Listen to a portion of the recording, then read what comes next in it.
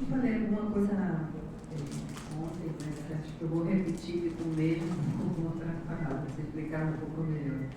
Que o curso de verão foi possível porque todos os colegas do campo do psicanalítico apoiaram a ideia.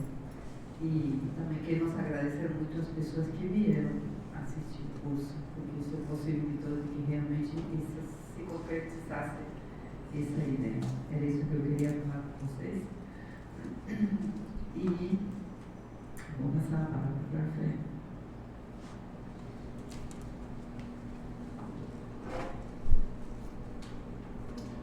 Buenas noches.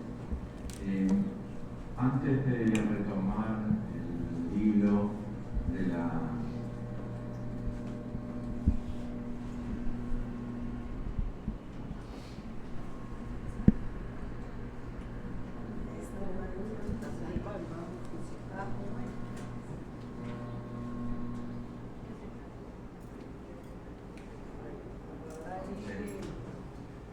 antes de retomar el hilo de la argumentación, quería plantear una cuestión referida a algunos aspectos de la discusión que tuvimos al cierre de la velada de ayer respecto de la obra de Freud, respecto a nuestra relación a la obra de Freud, a las críticas que se le puede someter o no. Y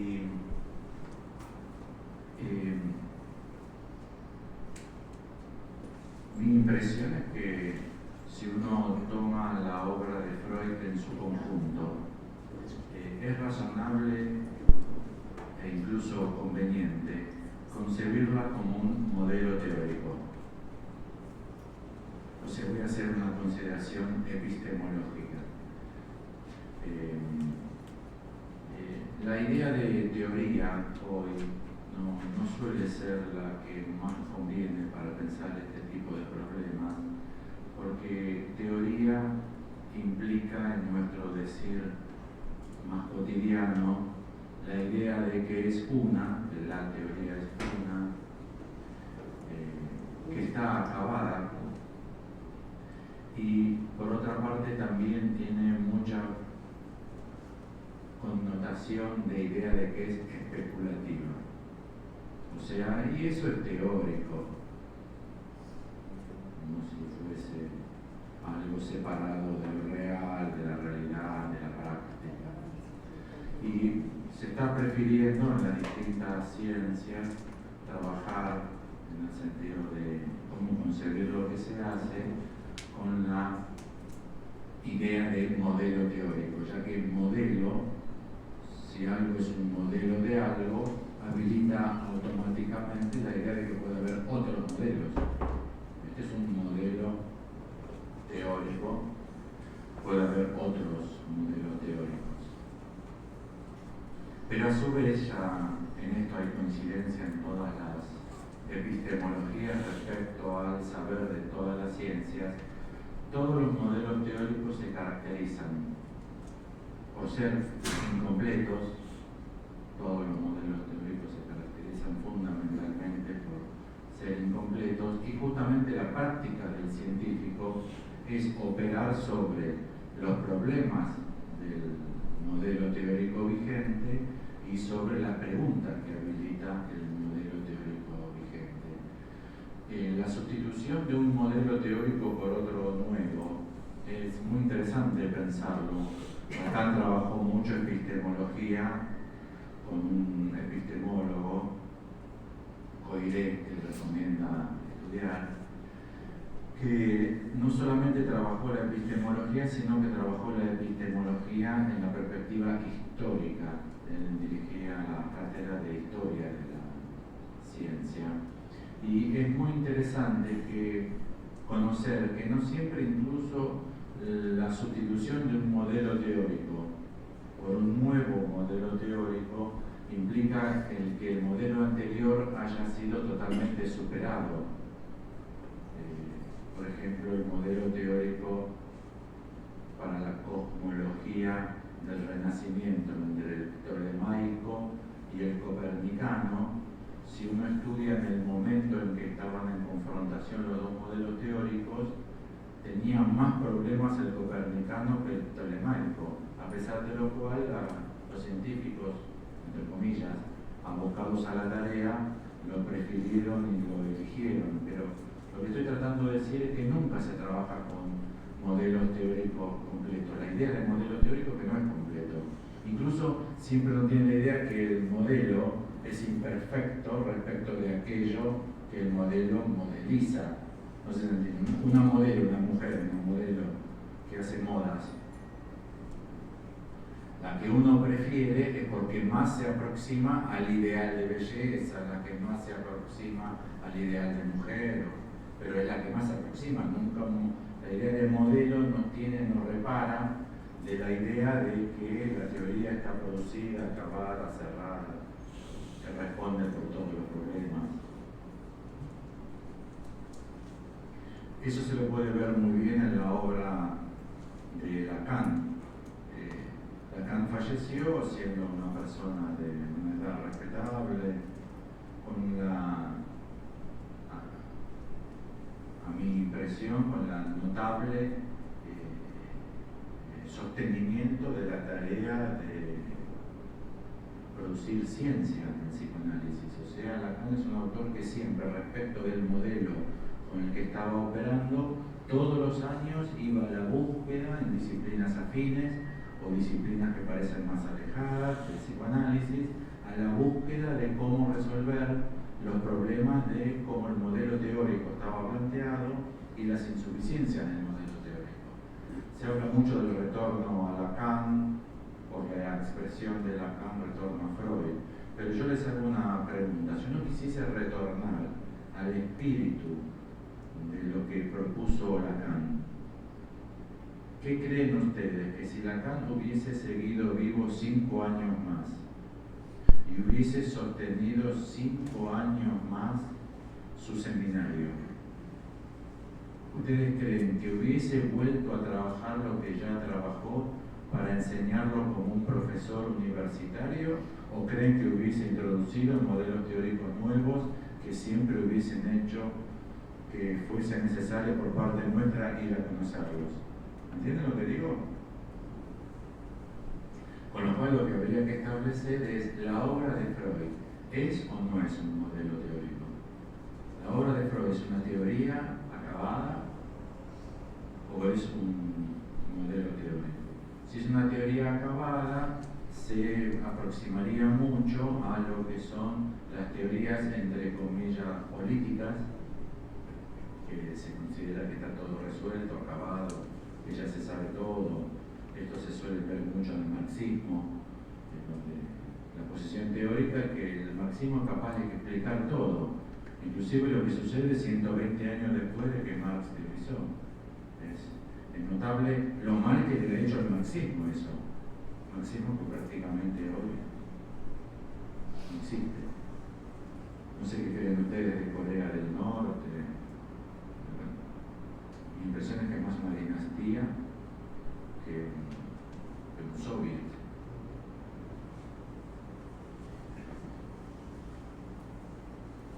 Pero otra cuestión más quería plantearle. Para Freud mismo, el psicoanálisis que él creó e hizo desarrollar, para Freud, ¿el psicoanálisis era una teoría acabada o era algo de espíritu científico que siempre estaba trabajando sobre su déficit y tratando de resolverlo? Pueden pensarlo a partir, por ejemplo, de las dos tópicas. ¿Por qué hay dos tópicas y no solo una?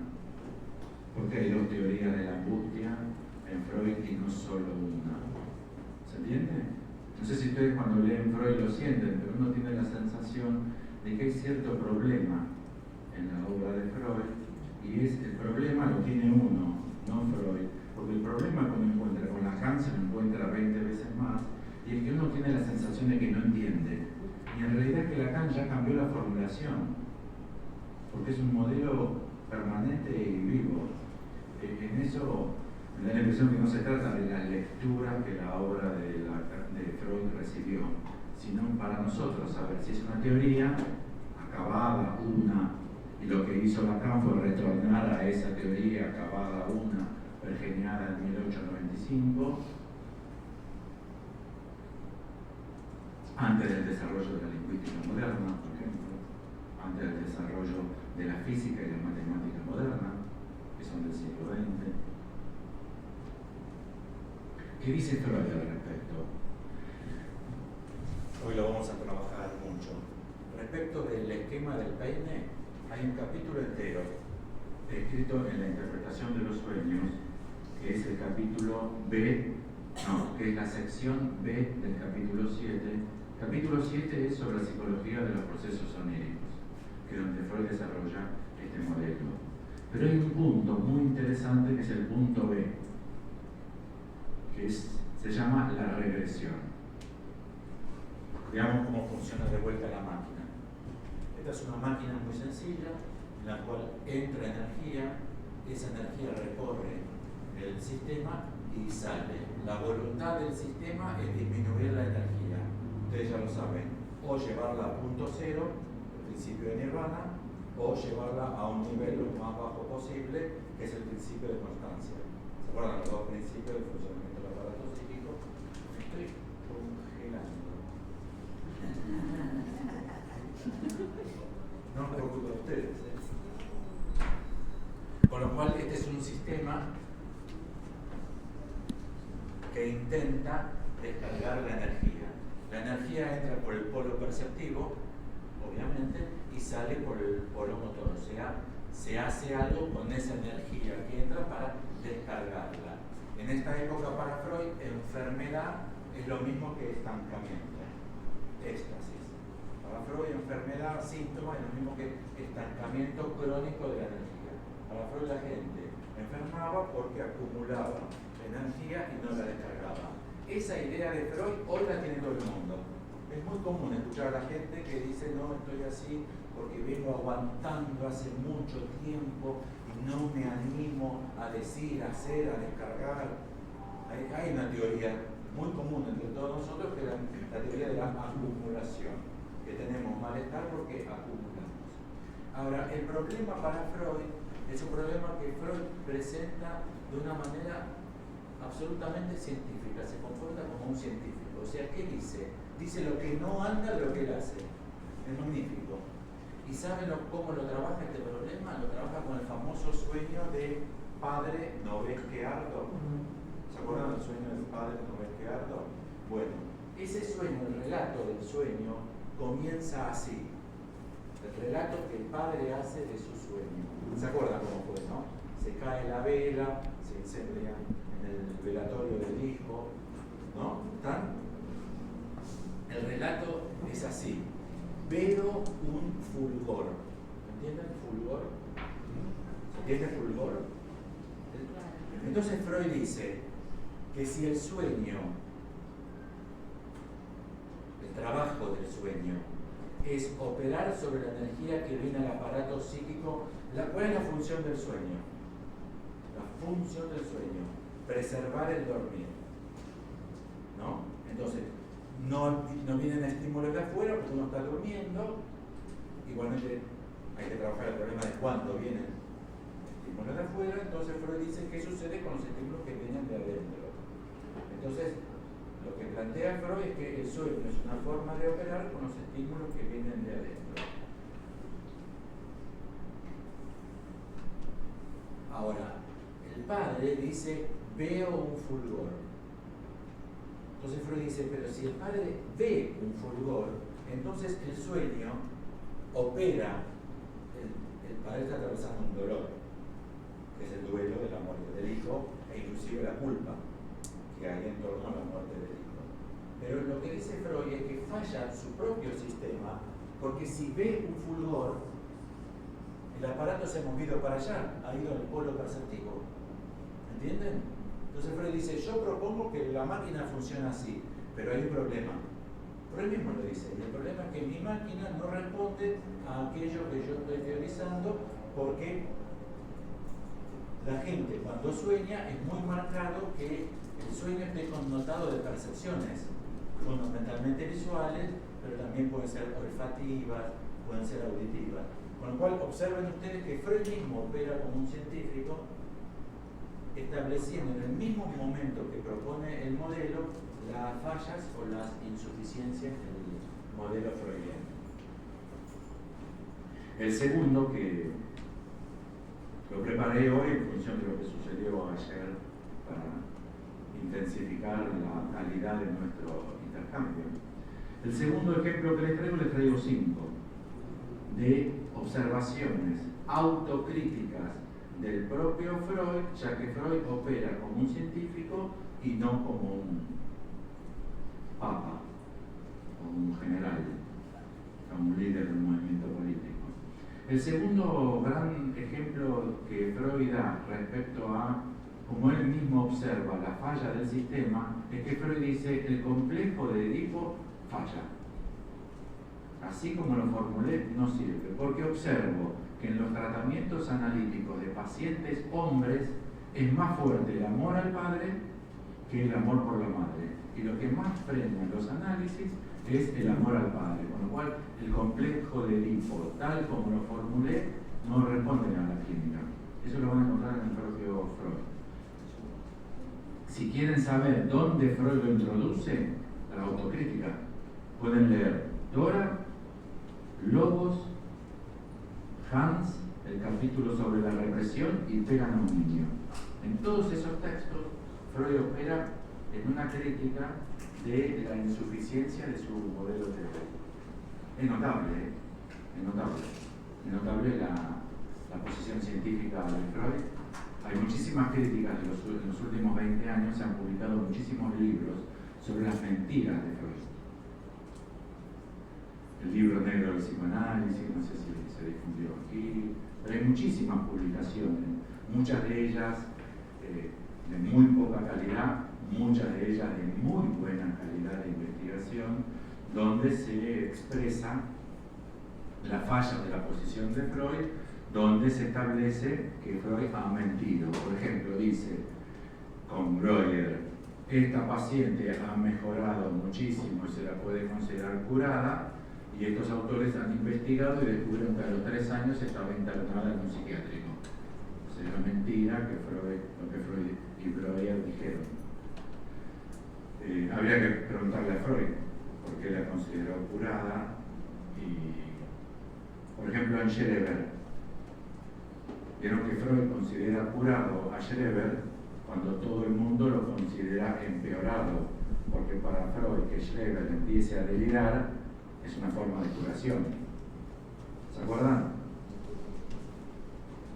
Schreber es un caso muy peculiar, texto autobiográfico analizado por Freud, de un hombre que a partir de cierto momento de su vida empieza a tener alucinaciones y delirios de una enorme potencia destructiva en su vida y de muy mala calidad de articulación.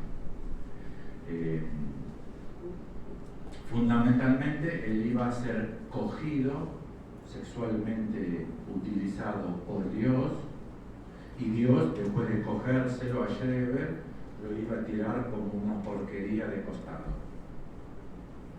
Luego se arma un delirio donde Schreber dice que él entendió lo que sucedía, y es que Dios lo elige a Schreber como su esposa, como su mujer, y que juntos van a crear una nueva especie de seres humanos que no son esos hombres mediocres que Schreber ve a la humanidad. Y entonces Freud dice: para mí, en función del psicoanálisis, Schreber en ese momento se cura, cuando para todo el mundo sería que se enferma. Con lo cual, no sé, en el caso del libro negro, cuando dicen que Freud miente, si miente o hay una distinta concepción clínica. Quizás para cualquiera. ¿No ven concebible que un paciente de ustedes se interne sea una buena noticia? ¿No podría ser una buena noticia? Algo así como que por fin se internó y dejó de estar en una situación de gravísimo peligro para su vida y para su familia, ¿o no? Muchas veces la internación es un momento muy positivo en la vida de alguien. No significa necesariamente que alguien empeoró. Pero más allá de ese problema, observen que Freud es muy autocrítico, y de hecho todos los movimientos que ha tenido la obra de Freud es que efectivamente Freud lo consideraba un modelo teórico. Bueno, el otro problema que Freud escribe en su autocrítica permanente al modelo teórico por él elaborado, es el problema del trauma. Si el trauma implica un enorme malestar por un aumento de la energía intrapsíquica, Freud dice, esto es contradictorio, porque en la vida sexual el aumento de la energía es placentero. Entonces dice, esto me quedó como un problema. No puedo explicar el síntoma y el malestar con un aumento de la energía, porque no siempre calentarse, decimos en Argentina. ¿Entienden calentarse? Cuando alguien se excita, ¿no? Se excita sexualmente, en Argentina decimos calentarse. ¿Acá se usa? No se calientan acá. No se calienta por nada. No se calienta por nada. Porque calentarse es un aumento de la energía. Toda cosa que se calienta, es lo mismo decir que algo se calienta, decir que tiene más energía, que implica más energía. Hay otras palabras. Me imagino, era una... No. Muchísimo respeto por la sexualidad brasileña. Muchísimo respeto. Con lo cual observen que aquí Freud de vuelta. Lo que muchos psicoanalistas no admiten hacer con Freud, Freud lo hace permanentemente consigo mismo. Y el otro problema que yo ya les anticipé ayer en la enseñanza de Freud como modelo teórico científico es el problema de la doble inscripción. Si el inconsciente es un registro de huellas, el levantamiento de la represión, ¿qué significa que sucede con la huella? Porque borrada no puede ser borrada. Y si pasa el preconsciente, entonces tendríamos la misma huella en el inconsciente, en el preconsciente. Este aparato no admite escribirlo. El aparato de Freud no admite escribir una misma huella en dos lugares. O sea, ni puede ser borrada, las huellas no se borran, ni puede ser doblemente escrita. Con lo cual observen que respecto a la crítica que merece, me parece que lo más digno que se puede hacer con la enseñanza de Freud, con su obra teórica, es criticarla, ya que criticar es considerarla como científica. Si la considerásemos como una, como acabada, como ya preta por té, y que Lacan lo único que hizo fue limpiar un poquito, poner las cosas en orden, las remeras en el placar, la basura en el tacho. Si es eso, entonces estamos afirmando que no se trata de algo de espíritu científico. Y si no se trata algo de espíritu científico, entonces podríamos llegar de vuelta a encontrarnos con las críticas que se nos hacen respecto a que lo que hacemos es sugestión. ¿Se entiende, no? Si no hay una lógica que nos avala, entonces ¿qué hacemos? Convencemos a la gente. ¿Se entiende, no? No es gratis. Es decir, no, el psicoanálisis no es ciencia. Ah, bueno, está bien, si el psicoanálisis no es ciencia. Igualmente, en general, se trabaja con la idea de ciencia demasiado estrecha. Todo el mundo cree que ciencia es física, la física. Y para colmo se cree que la ciencia física es física en la medida que experimenta con un microscopio. Pero de ser así, entonces la historia no es ciencia, las ciencias económicas no son ciencia, la lingüística nada es ciencia. Con ese modelo tan estrecho de ciencia que hay que agarrar una partícula, ponerla arriba de un vidrio, mirarla con un microscopio, si eso es ciencia, entonces hay que cerrar el 95% de las carreras universitarias. Cuando los norteamericanos lo van a buscar a Einstein en Alemania para contratarlo para que trabaje en Estados Unidos, son dos hermanos herederos de una fortuna enorme que lo van a contratar. Einstein, por el aumento de antisemitismo en Alemania, quería irse. Aunque el ambiente teórico en Alemania era 1000 veces más poderoso que en Estados Unidos, no pasaba nada. Antes que Estados Unidos en la Segunda Guerra Mundial compre a todos los científicos del mundo, no había mucha ciencia en Estados Unidos. Ciencia estaba en Alemania. Pero las cosas se ponían muy antisemitas. Einstein era judío, tenía que irse. Y entonces le preguntan, ¿cuánto piensa cobrarnos por año? Y él le dice, no sé, $5.000 por año. Y ellos le dicen, pensábamos pagarle 30. No, con 5.000 está bien. Y la segunda pregunta que hicieron, y lo contrataron así, es, bueno, ¿qué equipamiento requiere para que usted pueda hacer la investigación que está haciendo? Un pizarrón y pizza. Eso es todo lo que hace falta. Con lo cual le supone Einstein. Experimentalmente se acaba de verificar 100 años después la existencia de las ondas gravitatorias. Con lo cual, Einstein hacía ciencia, sí o no. Me parece que podríamos decir sí. Y agarraba partículas y las ponía arriba de un vidrio. No, escribía fórmulas en la pizarra. Solo se trataba de... Habría que ver si la ciencia es otra cosa que escribir fórmulas en una pizarra. Hay muchos autores que creen que no. Lacan, por ejemplo. Lacan cree que ciencia es escribir fórmulas coherentes, lógicas y matematizadas en una pizarra. Que eso es ciencia. Que luego algunas cosas se pueden verificar empíricamente, que algunas cosas se pueden experimentar, pero eso es luego. Muy bien. Eso para que sigamos trabajando. Una vez fui a dar una conferencia y entonces opuse el modelo teórico de Freud y el modelo teórico de Lacan en relación al padre. Y bueno, muchos aplausos, la gente muy gentil, yo hago un show muy lindo cuando doy mis charlas, así que estoy muy contento. Y vino una persona con cara de velorio, de velatorio, ¿se entiende? Velatorio, velorio, sí. Así. ¿Y qué hacemos con Freud? No hay que hacer nada, ya tiene un lugar en la historia de las ideas, que es un lugar. Es lo mismo que preguntarse, ¿qué hacemos con Newton? Hay que dejarlo tranquilo, está muerto, enterrado, o sea, ¿qué hay que hacer con Freud? Lo que hay que hacer es con el psicoanálisis. Y el psicoanálisis requiere o asumir una posición de quedarse en lo que ya está o ir a la búsqueda de lo nuevo. Entre esas dos posibilidades va a estar jugado su futuro. No en el sentido que exista o que no exista. En Argentina hay un partido político que existe hace 80 años, que es el peronismo. Así que observen usted que el Perón se murió hace 40 años ya. Con lo cual, las ideas religiosas, por ejemplo, Kirill se encontró con el Papa. No sé si saben que en Cuba Kirill se encontró con el Papa, no sé cómo se llama, el Papa de los ortodoxos, con el Papa de los no ortodoxos. Y estaban peleados desde 1054, desde el año 1054. O sea, hay peleas que pueden durar 1100 años, quizás el psicoanálisis dura 1100 años, pero ¿como qué? Como religión, como estética, como política, como forma de hablar, como ciencia. Si va a ser como ciencia, va a requerir el ingrediente fundamental de la ciencia, que es la crítica. Para que el psicoanálisis sea una ciencia, tiene que ser criticado. ¿Por quién? ¿Por nosotros?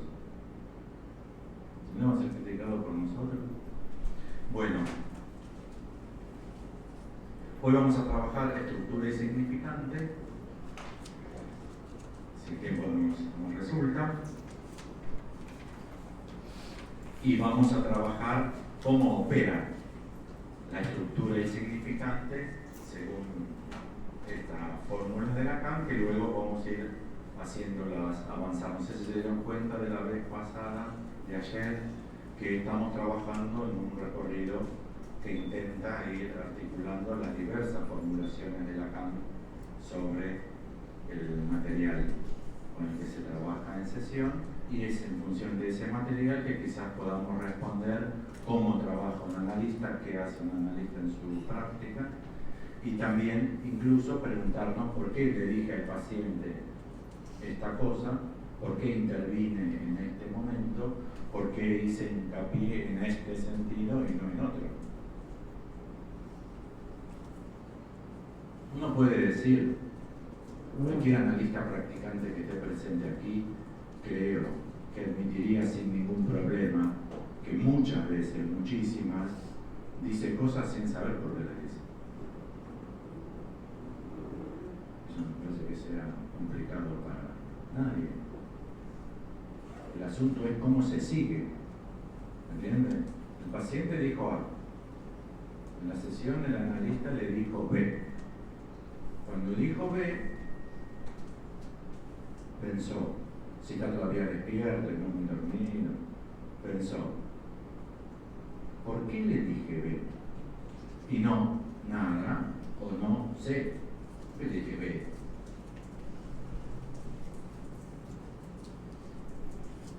No sé si llamar a mi novia o no llamarla.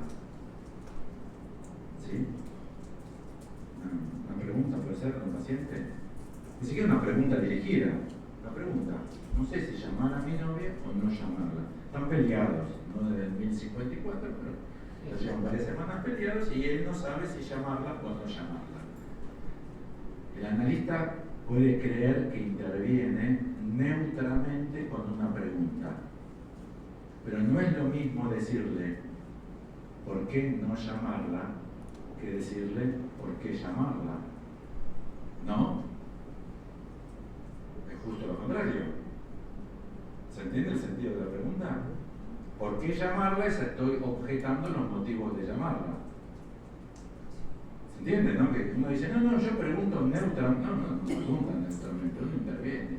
¿Y por qué intervino? En un sentido, si no se lo pregunta, si el analista no se lo pregunta y no calcula esa pregunta en función del material que sigue apareciendo, ese psicoanálisis no está siendo dirigido.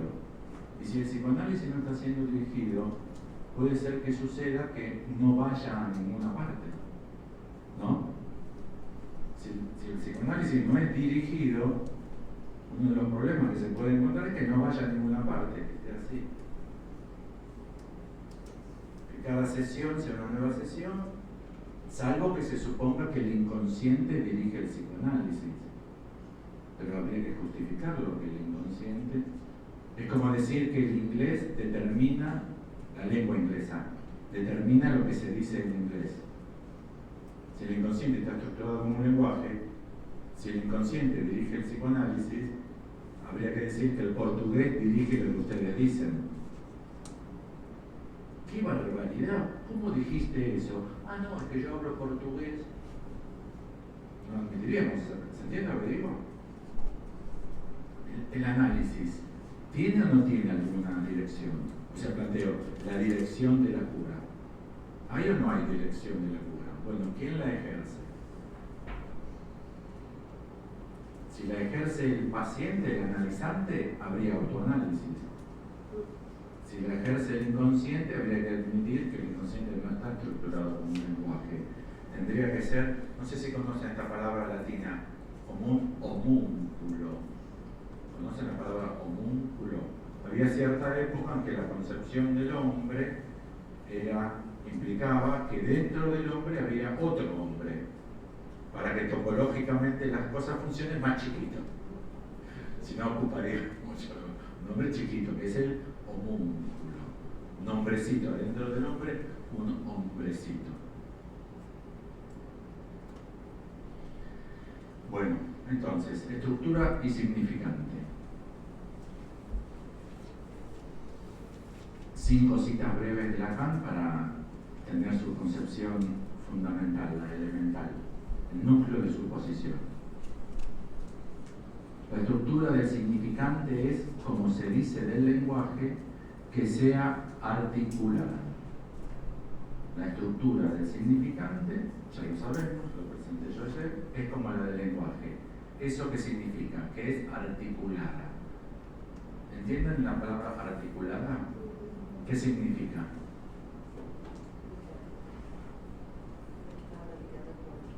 Como una muñeca articulada, ¿no? Una muñeca articulada. Pero también uno podría decir, en esta loya, ¿dónde están los artículos?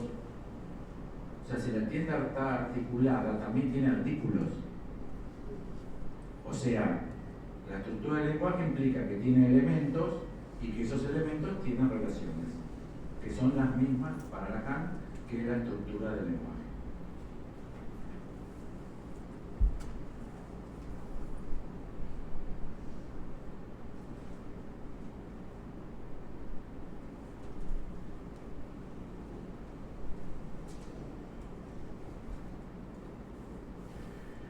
¿Y cómo es esa articulación? Pero en fin, dice Lacan, la estructura, yo hablaba entonces de ella porque nadie conocía ni siquiera la palabra. En fin, la estructura es lo que se presenta al principio como un grupo de elementos, los significantes, formando un conjunto covariante. La estructura del significante funciona formando un conjunto covariante.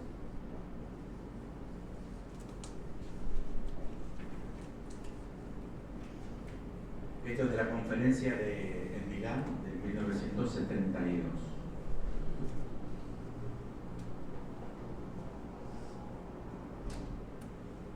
Otra cita. La noción de estructura merece de por sí que le prestemos atención. Tal como la hacemos jugar eficazmente en análisis, implica cierto número de coordenadas, y la noción misma de coordenadas forma parte de ellas. La estructura primero se presenta como un grupo de elementos que forman un conjunto covariante. De vuelta a la misma lógica. Dije un conjunto, no dije una totalidad. Entonces, ya tenemos que la articulación con la que nosotros nos tenemos que enfrentar según el modelo teórico de Lacan con el material es que ese material constituye un conjunto covariante. ¿Qué es conjunto?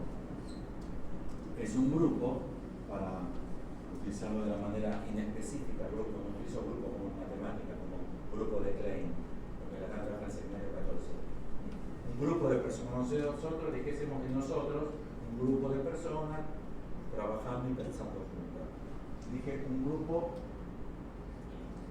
no una totalidad.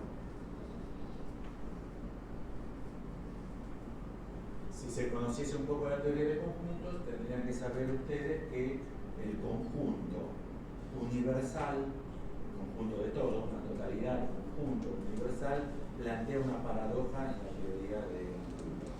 Quizás conozcan el problema a través de la famosa metáfora que le dio el problema Bertrand Russell con el catálogo de todos los catálogos que no se contestan a sí mismos, también expresable como el conjunto de todos los barberos, que no se cortan el pelo a sí mismos.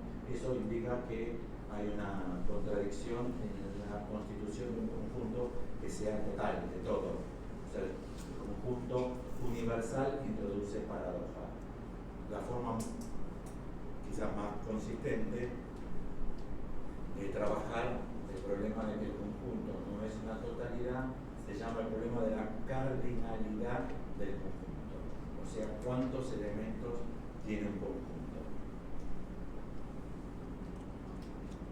No lo voy a presentar en Google, si ustedes ponen cardinalidad del conjunto van a encontrar directamente el problema, o sea, que la idea del conjunto radica la idea del todo.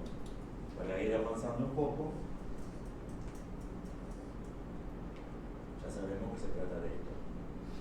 Que ese conjunto de los elementos, que nosotros lo asignamos como el otro, será en la escritura de Lacan algo que indique una falla, una tachadura, ya que no es completo, no puede ser completo.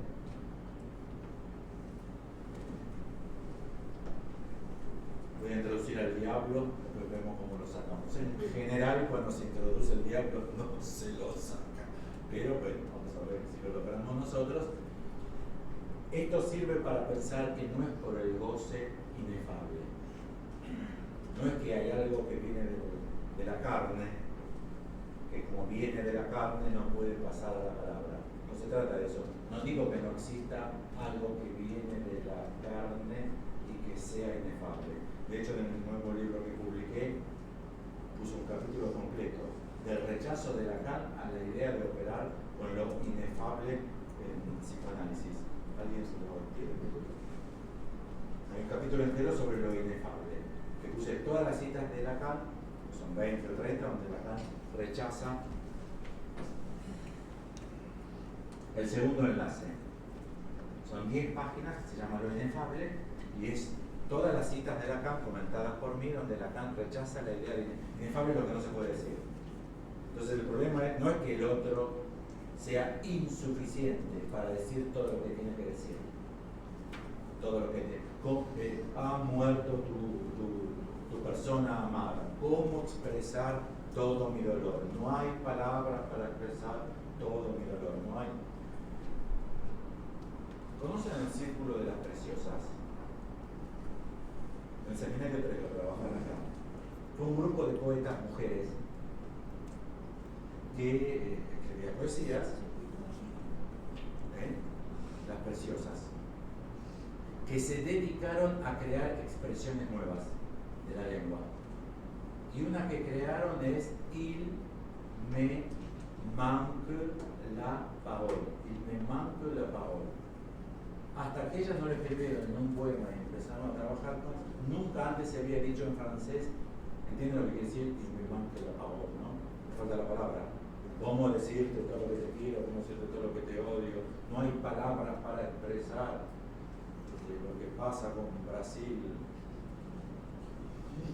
futbolísticamente hablando.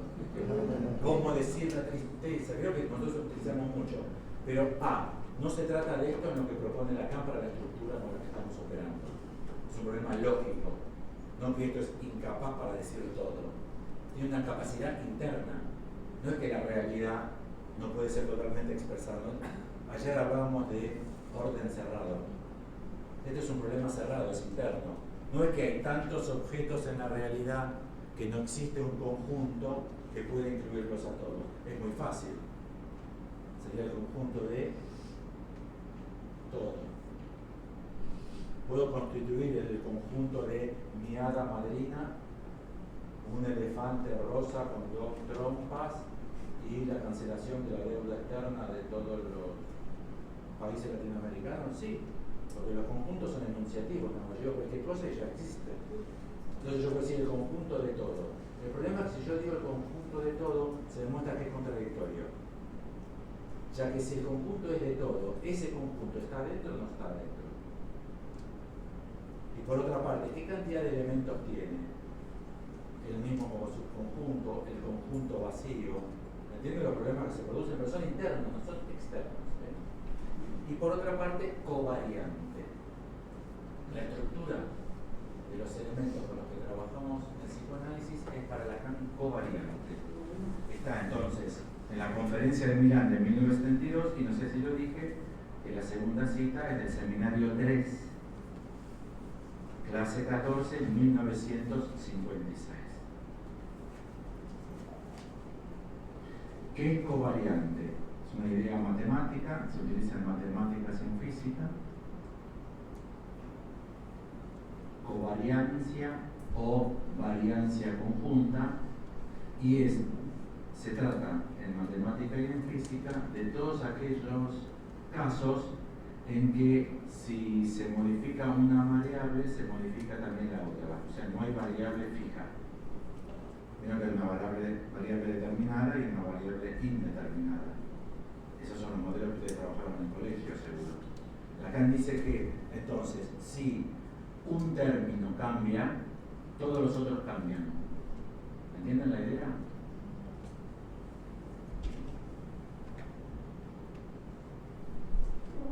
Si un significante es operado de tal manera que se relaciona con otros significantes de otra manera, mi mamá siempre fue una mujer muy atenta. Pero en el análisis puedo descubrir que mi mamá siempre fue una mujer muy abandónica respecto de mí. Puede suceder que alguien descubra eso, ¿no? En el análisis. Bueno, acá me hacía un poquito. Sí, puede suceder.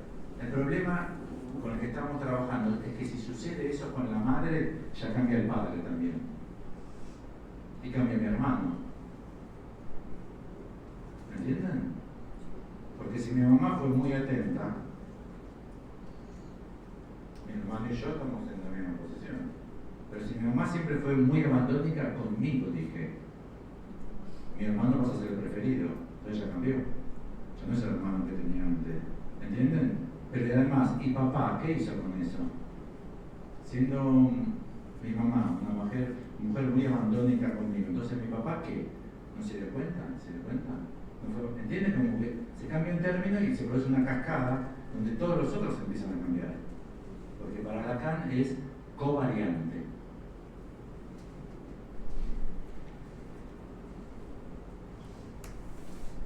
Un conjunto. Habría muchas cosas para trabajar sobre teoría de conjuntos, pero bueno, vamos a dejarlo así, cualquier cosa si surge la necesidad en la discusión introducimos, porque Lacan trabaja muchísimo la teoría de conjuntos.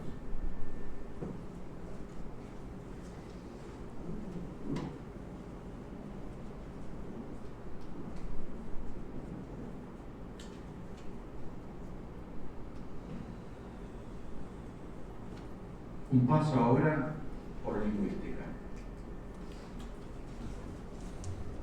No sé si conocen el curso de lingüística general de Ferdinand de Saussure. ¿Cuál conocen? ¿El de los alumnos, los discípulos, Secheache y Bail, o el de Tulio de Mauro? En general todos conocimos el de Secheache y Bail, que son sus alumnos.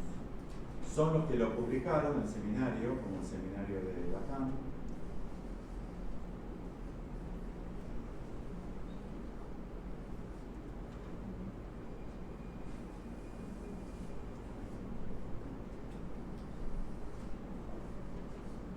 Y ellos pusieron esto en el curso de lingüística general.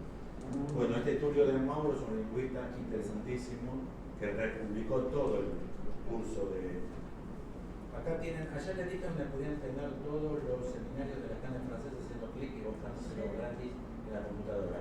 En esta página pueden bajarse todo lo que no es seminario de Lacan gratis en la computadora en francés. Todos los escritos, todas las conferencias, todas las intervenciones, todos los artículos de revista. Porque a veces los alumnos directos... Este Tulio de Mauro tuvo una idea extraordinaria. Fue la viuda de Saussure y le dijo, ¿tenía notas su marido? Sí, claro. Ah, ¿por qué no me las da? Sí, yo siempre, hace 20 años estoy esperando que alguien las venga a buscar. Nunca nadie las viene a buscar, acá están preparadas. De ahí apareció que esto jamás lo produjo Ferdinand de Saussure. Así que tenemos que estar muy advertidos de que esta es una falla en la presentación de la lingüística de Saussure, porque la vamos a criticar fuertemente ahora, a la lingüística de Saussure, pero no esto, que es lo peor de Saussure, porque Lacan lo destruye absolutamente, no queda nada.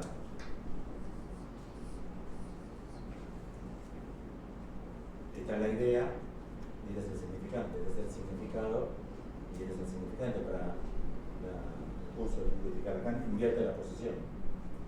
Se cuenta, ¿no? Que Lacan invierte la posición. A su vez, tacha esto y tacha esto. Se cambió todo. Sacó los tres términos que no están acá y los que están acá los invierte dejando la barra. Lo único que queda es la barra. Tulio de Mauro. No sé si está en portugués. En francés y en español está, pero está agotado. Hoy se consigue todo por internet. Bueno, ¿cuáles son las propiedades del significante según Ferdinand de Saussure? Hay una creencia muy fuerte y es que Lacan se apoya en la lingüística de Saussure. Eso es absolutamente falso. Lacan critica radicalmente la lingüística de Saussure. Lacan se apoya en la lingüística de Jacobson, Roman Jacobson. De hecho, fue Roman Jacobson el que convirtió condensación y desplazamiento en metáfora y metonimia. En realidad, en metonimia y en sinéctoque. Fue Jacobson, no Lacan, el que convirtió las leyes del inconsciente. Y Jacobson dice, el modelo lingüístico es muy potente e incluso resuelve lo que otras disciplinas no han podido llegar a resolver. Y dice, por ejemplo, Freud, para el inconsciente, Jacobson, no Lacan, 1951, 1952, Jacobson. Dice que las leyes del inconsciente de Freud serían más coherentemente presentadas si se considerase al inconsciente como material lingüístico y condensación y desplazamiento sustituido por metonimia y sinécdoque. Lacan toma de ahí y lo convierte en metonimia y metáfora. Toma el modelo de Jacobson y lo transforma. Pero ¿cuáles son para Saussure las leyes del lenguaje? Una que es lineal. El lenguaje es lineal. En Saussure quiere decir que es unidireccional, tiene una dirección, siempre apunta para allá. En nuestro caso, por la forma de escribir, sería unidireccional, una dirección va solo para allá, no va para allá, y una sola dimensión, o sea, es una línea, no es una superficie. Es muy interesante pensarlo porque es lo mismo que pensó Freud. Esto va solamente de izquierda a derecha y tiene una única dimensión. Ahora vamos a ver la crítica que le hace Lacan. Pero para que esto ustedes admitan que esto tiene una sola dimensión, si conociesen bien las cuestiones topológicas, alguno podría haberme objetado que esto no es unidimensional, sino que es bidimensional. Por esto, miren. Tiene un largo y tiene un ancho. Tiene 10 centímetros. No es una sola dimensión, es igual a dos. Largo y ancho. La línea y una sola, porque la línea no tiene anchura. Punto, línea, superficie. Sólidos, ¿se acuerdan? Me fui muy lejos de ustedes, por tan especialmente silencioso. ¿Seguimos? No me detienen, volvemos. Pero esto no es bidimensional, no tiene dos dimensiones, tiene una, porque la altura en la obra de Freud no significa nada. No es que esta, la primera, es más importante que esta porque es más alta. Estas son medianitas, después vienen tres altas. Eso no significa, ¿entienden? La altura no significa nada. Sería lo mismo si Freud lo hubiese escrito así. ¿Me entienden? La altura no significa nada en este esquema. Es insignificante. Con lo cual, Freud, y es lo que propone Lacan, es notable que Freud, sin conocer a Saussure, proponga lo mismo que Saussure. Con lo cual se nota que eran ideas de época, que ambos habían sido afectados, y es que tanto para Freud como para Saussure la cadena significante es unidimensional y unidireccional. Incluso en Freud uno lo encuentra antes,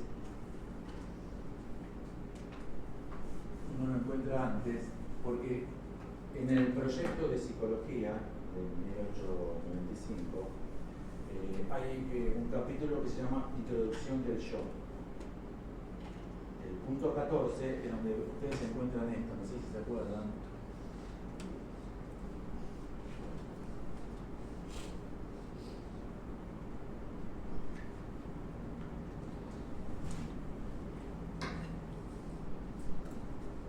Donde viene la idea de UN y Freud escribe alfa,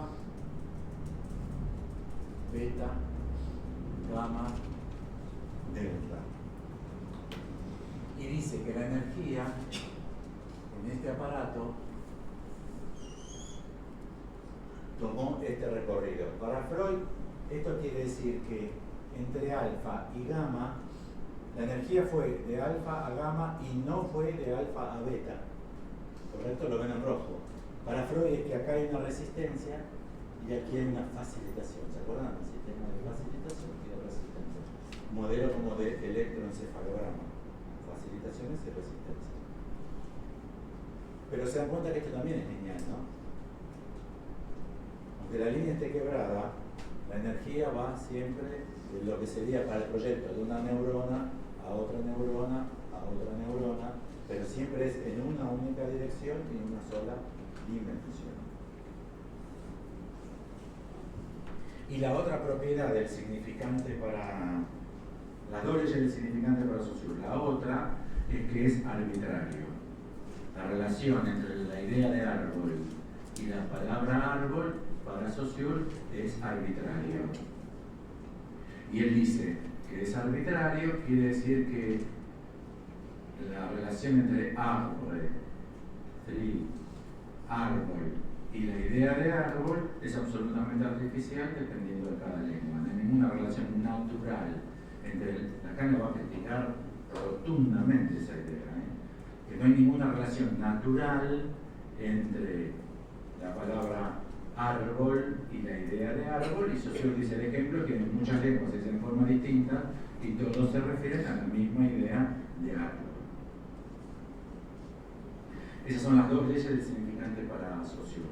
Lo que sí es muy interesante tomar de Saussure es que Saussure propone que cada significante es la diferencia respecto de todos los otros, es el lugar vacío, dice, respecto de todos los otros. Y lo otro muy importante en Saussure es su idea de significado. Lo que en Lacan está acá y en Saussure está acá. Es muy interesante trabajar la idea de significado. Saussure dice que lo más confuso es el significado, no el significante. Es nada más fácil que entender lo que es complejo. Y los ejemplos que da Saussure del significado son muy interesantes. Es el dólar y el ajedrez. El ajedrez justo que es el modelo freudiano. Para Saussure el significado es un valor social. El significado es un valor social. Y que se comporta, para entenderlo, dice, como valor social en su posición respectiva. Por ejemplo, el ejemplo del ajedrez. ¿Qué es más importante, un peón o una torre? ¿Se entienden el ajedrez, peón y torre? ¿Qué es más importante? Todo el mundo contesta la torre. Falso. Porque si el peón estaba defendiendo a la reina y vos por salvar a la torre sacrificás el peón, después perdés a la reina. En esa jugada, en ese tablero, es mucho más importante ese peón que una torre. Y el otro ejemplo que da, muy interesante, que da Saussure para entender el significado como valor social, dice, es pensable con el valor del dólar. ¿Cuánto vale un dólar? Somos álgidos, en Brasil, en Argentina, ¿cuánto vale un dólar? Si uno los tuviese, no sé cuánto vale y no los tengo, o sea, tengo doble problema. ¿Cuánto vale un dólar? No tiene un valor intrínseco, como un peón. No hay un valor intrínseco, depende de un sistema de intercambios, el valor que obtenga. Es muy importante pensarlo, el tema del valor. No sé si nos va a dar tiempo, creo que no. A la estructura del significante Lacan la plantea como conjunto covariante, pero también la plantea como batería significante y como tesoro del significante. Eso lo van a encontrar en su versión del sujeto. Cada una de estas acepciones de la batería es importante pensarlo. Pero ustedes lo piensan el valor como el valor de un dólar, quizás sea muy difícil llegar al núcleo del problema. Piénsenlo mejor con el valor del oro. El valor del oro. La onza de oro. ¿Cuánto vale la onza de oro? X. Pero supongan que se agotan los yacimientos de oro. Se agotan. No hay más yacimientos de oro y no se obtiene más oro nuevo. Quiere decir que el oro que hay es el que hay. ¿Sí? Ahora el ejemplo no es tan bueno. Hace 5 años era mejor. Hace 5 años yo decía, y supongan que los chinos se compran todo el oro del mundo. Ahora los chinos andan medio flojos porque no compran ni soja ni petróleo, ¿verdad? Compran oro. Pero bueno, hace 5 años era un buen ejemplo. Y supongan que los chinos compran todo el oro del mundo. O los norteamericanos compran todo el oro del mundo. Salvo una viejita que tiene una virgencita de oro colgada al cuello, que es el último pedacito de oro que el Fort Knox de Estados Unidos no tiene. ¿Cuánto vale? Infinito. ¿Se dan cuenta? Ojalá cualquiera de nosotros tuviese el último pedacito de oro, porque vale infinitamente, se puede pedir cualquier cosa. ¿Entienden la idea? Del valor social. Y es que las cosas no tienen valor intrínseco, porque todo depende del sistema. O sea que es otra forma de pensar lo covariante. Signorelli, Botticelli, Crafroy, Voltrafio, ¿se acuerdan? ¿Qué pasó? ¿Qué pasó, se le suicidó el paciente a Freud, eso pasó. Ni más ni menos. Un turco. ¿Por qué se suicidó el turco? A Menem le decimos, la presidenta argentina le decimos el turco. Pues no se suicidó. Nunca se va a suicidar. ¿Por qué se suicidó? Problemas sexuales. Tenía problemas sexuales. Ahí también se ve el problema de Freud, que es este. Porque por problemas sexuales, que levanten, no, es un chiste, que levanten la mano todos los hombres presentes que tengan problemas sexuales. No, levantan, tranquilo. Aparte a los hombres, si les haces esa pregunta, el 90% de los hombres cree que tiene el pene chico. O sea, o hay una falla en el diseño hecho por Dios de los penes de los hombres, o no puede ser que el 90% de los hombres lo tengan chico. Sin embargo, en las encuestas que se hacen en general, la más grande mayoría de los hombres dicen, no, yo la tengo muy bien chica. Cuando en las encuestas en general la gente se valoriza muy bien. Por ejemplo, en Argentina el 80% de la gente cree que es de clase media. Sería Suiza. Solamente tenemos 1,5 millones de personas viviendo en favelas en Argentina. En favelas, 1,5 millones. Pero el 80% cree que tiene el pene chico. ¿Por qué se suicidó el turco? ¿Qué dice Freud? Por problemas sexuales. ¿Y cómo lo explica? ¿Se acuerdan del diálogo con esa persona en el tren? ¿Cómo lo explica? Lo que pasa que para esa gente es muy importante. Es verdad, ¿no? Entonces, ¿por qué se suicida el turco? ¿Por esto o por esto?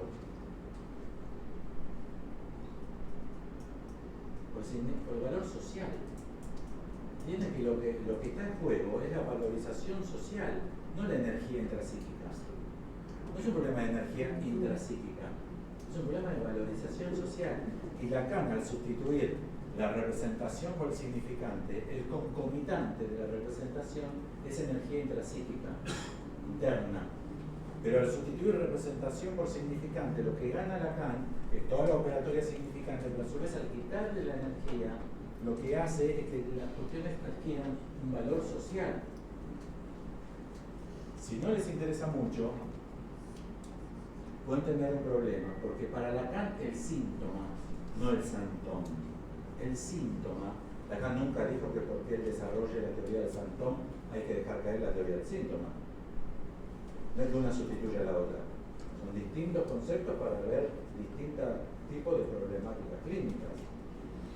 ¿Alguien sabe cómo se escribe el matema del síntoma? Se escribe así. Significado del otro. De todo el turco se entiende perfecto. ¿Se entiende?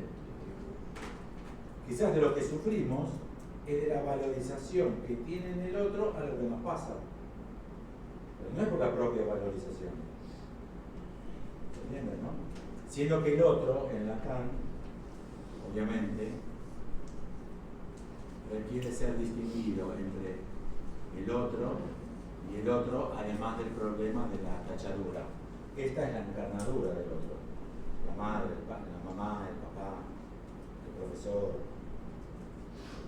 Y este es el lugar donde cohabitan, el lugar virtual donde cohabitan los significantes, y es el lugar donde se establece la verdad para Lacan. Esto es un lugar, no hay nadie.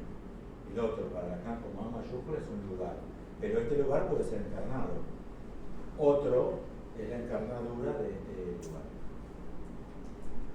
Con lo cual, quizá de lo que sufrimos, es interesante pensarlo, no sea tanto aquello que nos viene de adentro, sino, en todo caso, el valor social de eso que nos viene de adentro. Ser negro, ser petizo, tener la chica, los cuernos de la mujer. ¿Se entiende eso? ¿Por qué duele? ¿Duele por lo que uno pensó, por lo que vale para el otro?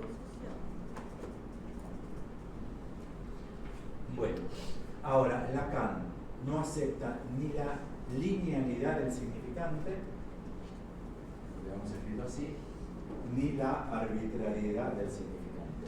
Lacan rechaza las dos leyes fundamentales de la lingüística de Saussure, que es importantísimo porque las leyes de la lingüística de Saussure coinciden con nuestra concepción del lenguaje. Entonces, para operar como analistas sobre nuestro material, tenemos que estar advertidos de cuál es la concepción que requiere ese material. La común, por ejemplo, acá en Brasil, en Salvador, boludo, ¿existe boludo? Boludo. No, no existe. ¿Y cuál sería nuestro recurso desesperado para insultar a alguien por estúpido, por tarado, por desubicado? Pero sos un boludo. Bueno, esa, cualquiera, la que ustedes. Bueno, en los últimos 25, 30, ¿tienen una? ¿Hay una? Lo que demuestra que hay boludos en Salvador. Bueno, perfecto. Hace 30 años.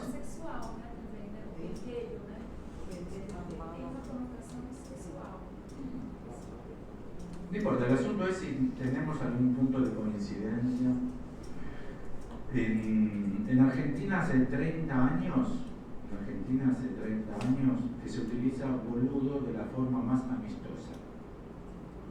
¿Qué hace, boludo? Tantos años, ¿qué boludo? ¿Qué hace? ¿Qué boludo? Che, boludo. Che. Si viajan a Buenos Aires, salen del taxi, se animan a ir por las calles, que es una decisión de ustedes. Ustedes sabrán si caminan por la calle de Buenos Aires, estamos hablando acá las cosas.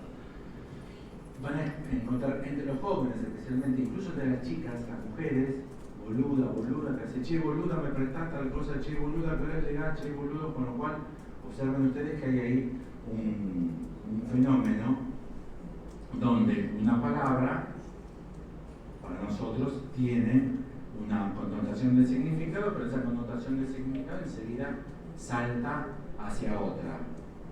Pero es arbitrario. Bueno, primero vamos a criticar la idea de linealidad. Hay muchas citas donde Lacan explícitamente critica la linealidad de Saussure y hay muchas citas explícitas, muchas, donde Lacan critica la arbitrariedad de ley del lenguaje. Vamos a trabajar una cita, es interesantísima. Es de La instancia de la letra en el inconsciente o la razón a partir de Freud, un escrito de Lacan, de 1957. Ahí Lacan dice, cito, porque el significante por su naturaleza anticipa siempre el sentido desplegado en cierto modo ante él mismo en su dimensión. O sea, lo que propone Lacan es que el significante anticipación.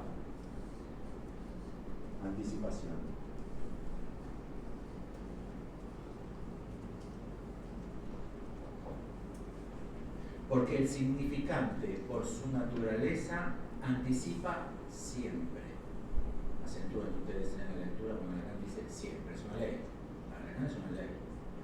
Porque el significante, por su naturaleza, anticipa siempre el sentido, desplegando en cierto modo ante él mismo su dimensión. O sea, el significante anticipa el sentido de lo que va a decir, el sentido de lo que va a venir. Anticipa el sentido. Ahora va a dar ejemplos, son buenísimos. Como se ve en el nivel de la frase cuando se la interrumpe antes del término significativo. Los ejemplos que dan son yo nunca, en todo caso, aunque tal vez.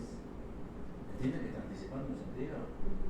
Yo nunca, ¿qué hubiesen puesto ustedes? Saquen una hoja, como en el colegio, ¿se acuerdan? No sé si acá se hacía. Cuando llego al colegio, el profesor entraba y decía, saquen una hoja. Y era que había una prueba, era el día del examen. Sí, está acá. Si yo pudiese hacer eso con ustedes, si ustedes fuesen más obedientes, y yo les diría, saquen una hoja y escriban.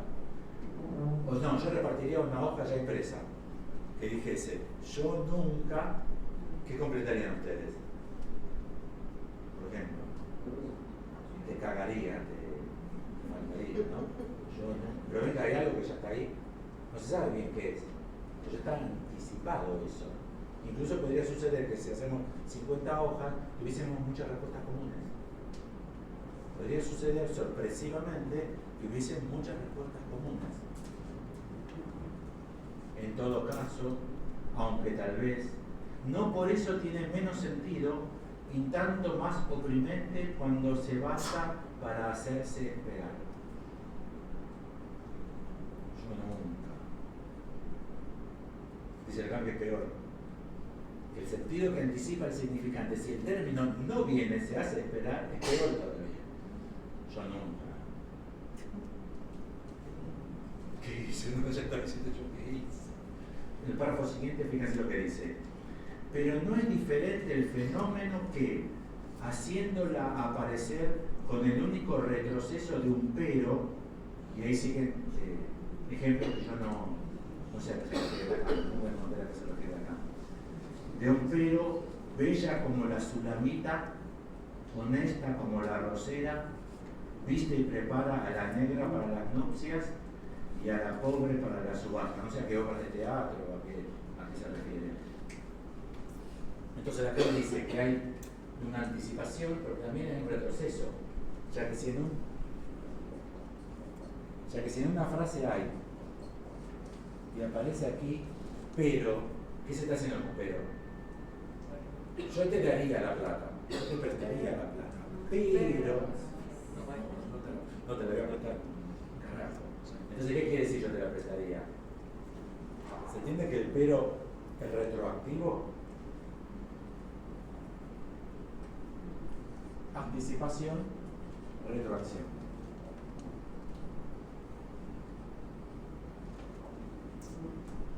Si quieren, en la media hora final, nos matamos discutiendo, si quieren, yo estoy disponible, nos matamos discutiendo si la retroacción a precu de Lacan coincide o no coincide con el Nachträglich de Freud.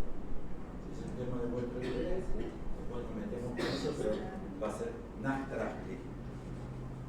Es una palabra alemana de uso coloquial que el único psicoanalista que le dio importancia, salvo Freud, fue Lacan. Pasó desapercibida total en todo el movimiento psicoanalítico hasta Lacan, porque todo el mundo cree en la linealidad de la cadena significante. Es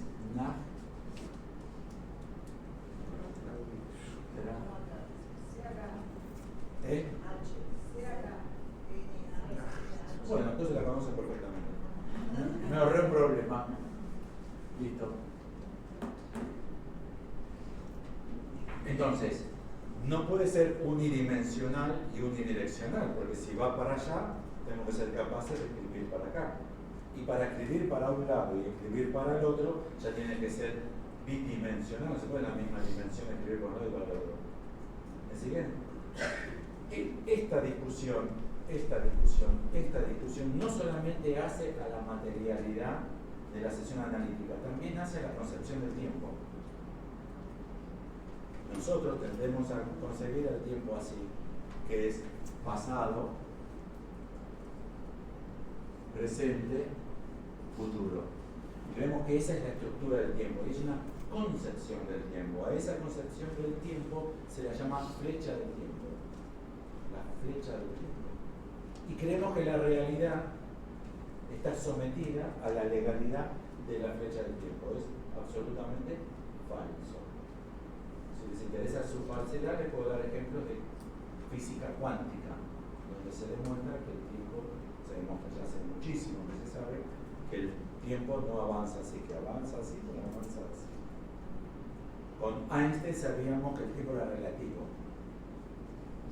Por la ecuación espacio-tiempo, con Einstein, pues la teoría relativista, habíamos perdido el tiempo absoluto. Porque en esta posición y a esta velocidad, un minuto no es igual que en esa posición a esa velocidad. El reloj va más rápido o va más lento, en la teoría de Einstein. Pero más avanzado en la física cuántica, ya se sabe que los fenómenos materiales tampoco es cierto que avancen solamente así. Y ahora, yo les leo una cita de cada una del conjunto de citas del problema, porque no me da el libro. Sobre la arbitrariedad, que es fundamental, porque con lo cual ustedes tienen que estar advertidos. que lo que se dice en función de lo que va a ser dicho como de lo que se dijo. Tiene que estar siempre trabajando, aunque todo lo que es material no puede ser aislado y ser considerado como tal, porque ese material está entramado en una lógica que implica que hay material anterior que lo anticipa y material posterior que lo resignifica. Y esto para Lacan constituye un eslabón de la cadena. Eslabón, un anillo, topológicamente hablando, un toro. El sistema S1, S2 constituye para Lacan una lógica en la cual mañana quizás tengamos tiempo y lo podamos trabajar en la teoría de los discursos de Lacan. Todo significante está sometido a esta lógica. Todo significante anticipa material, como todo significante retroactivamente connota al material, lo que produce un bucle. Este bucle objeta el discurso amo. Objeta el discurso amo, que para Lacan, por donde se comienza todo análisis,